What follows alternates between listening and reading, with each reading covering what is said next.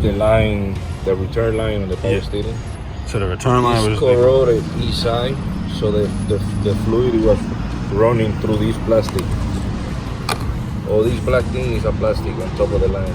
Gotcha. So I replaced the hose from here to here. Gotcha. It's a brand new line. That's the power steering pump. So these gaskets were messed up for the valve cover. You had so many leaks, you say? These fittings, yeah, is not made to use it on drains and stuff like that. When you do a drain on the turbos, yeah, you better go off use push lock fittings.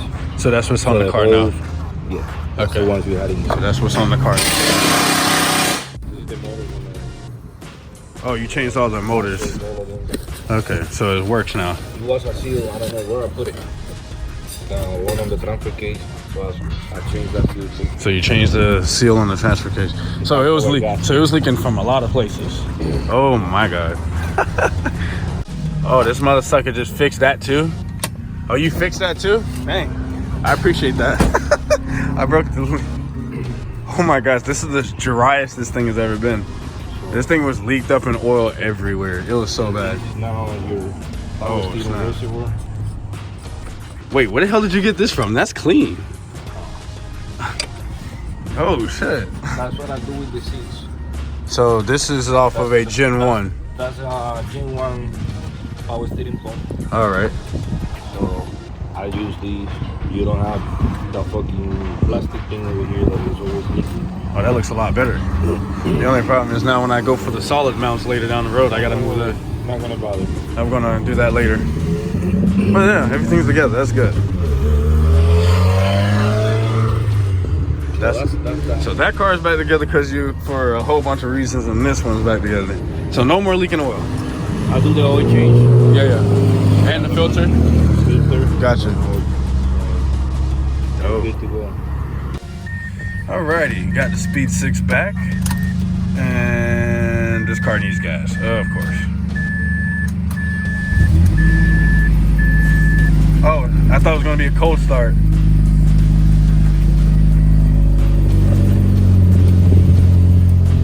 Uh-oh, I switched all the motors and the window's still not working? Okay, so I gotta switch this window switch used to work, but it stopped working. Well, as long as all the windows roll down, I don't care. Okay, that window rolls down now. Oh, let's go. All the windows roll down. And then this window should roll down as well. Oh, there go my hat. I was looking for this hat for a while. It was in here this whole time. Okay, so now the only last thing I gotta do is just get a new freaking window switch. Does this thing have a window lock or something? I hate that this thing stopped working. But this is what you gotta do when you have old cars. All right, time to put some gas in this thing. And then we're good to freaking go.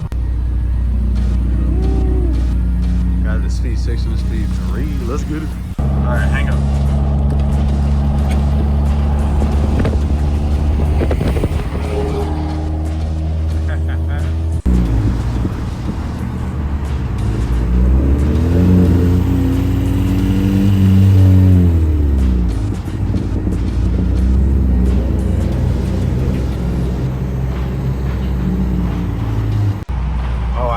For you boys. Oh my god, I hate doing this because there's like regular traffic around.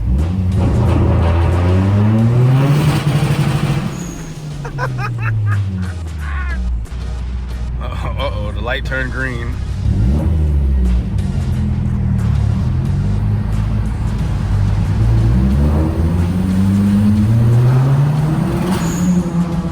Oh, that sounds so good. I hate being stuck in traffic with such good roads.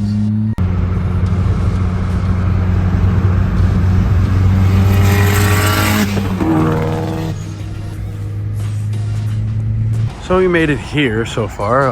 That drive was climatic, so I had the steak and shake. But these cars are dirty, and I'm gonna say, boy, look at that dirt.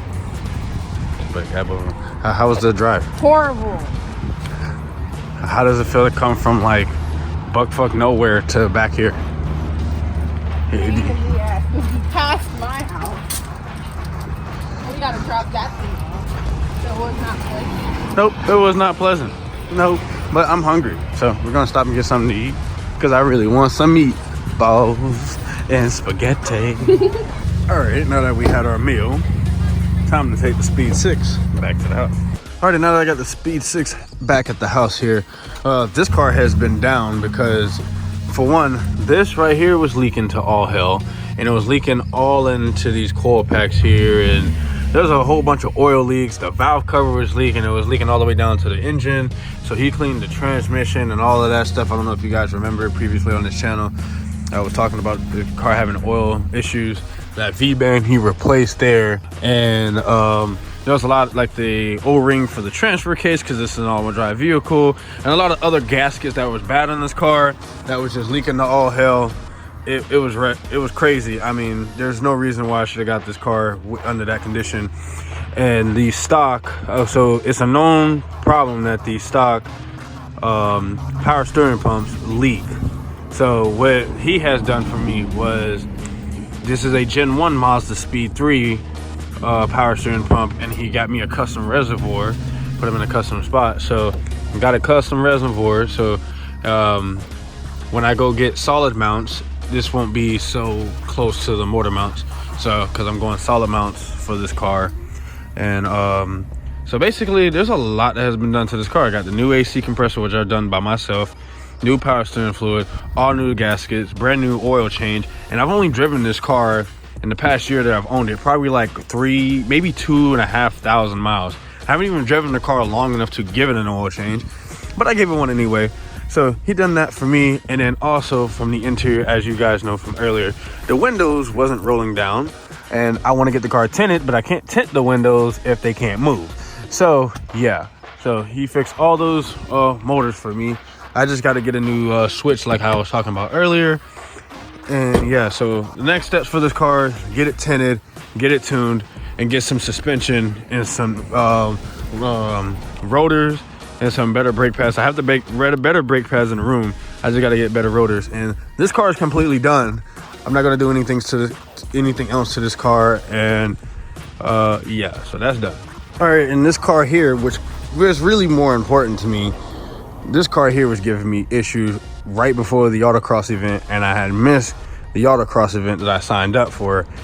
And so haven't been able to get this car up on any type of track that I've been wanting to. But this car's boost controller had failed, but instead of throwing a check engine light for the boost controller, it threw me a code for low AFR, which could mean a whole load of things. The map, the MAF, the fuel pressure regulator, coil packs, all of that has been changed. Even the spark plugs, none of those things need to be changed. So I took it over to them.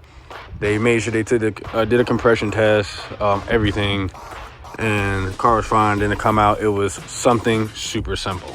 But that's the thing with these Mazda Speeds, they're really finicky about everything. If you don't use an OEM anything, it does not work. Like, I tried to use a different MAF sensor or a map sensor. I tried to use different like non-OEM ones to see if that was an issue, and it made the car even worse. So if you want to get one of these mother suckers, make sure you got a lot of OEM parts on there.